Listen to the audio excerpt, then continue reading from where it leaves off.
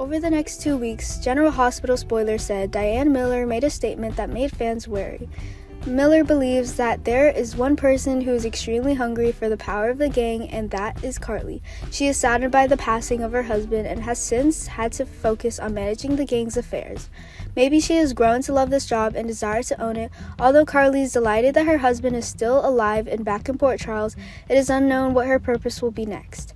The encounter of the twins on the island of Cassadine was more intense than expected. Jason got very close to Leslie's location and immediately met Peter hiding in this place.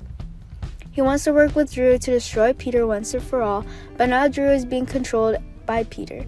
It was very difficult to get Drew to come to his senses to fight with Jason. Peter is holding a very powerful weapon, and he will use this opportunity to use it to threaten Jason and Britt.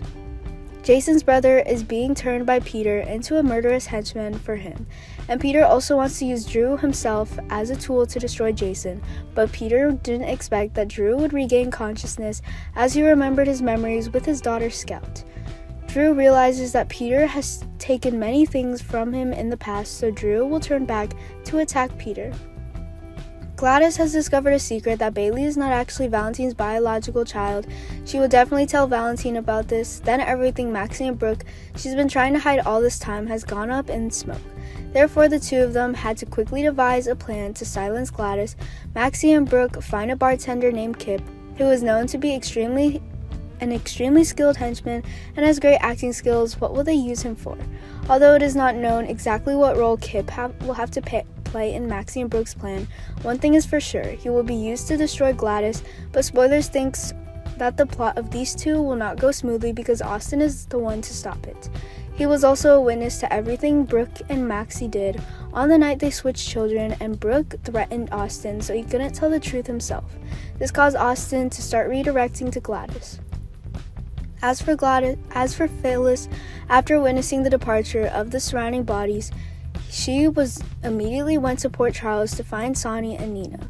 Seeing this, Sonny suggested that she stay in Port Charles and start a new life. In addition, he also wants her to accept Charles' pub as a gift because she helped him during his time living in Nixon Falls. Besides, the details of the teenagers in Port Charles are equally attractive. Trina was the one who devised all the plans so that Spencer could confess all her mistakes. She wanted Spencer to regret and pay for her actions.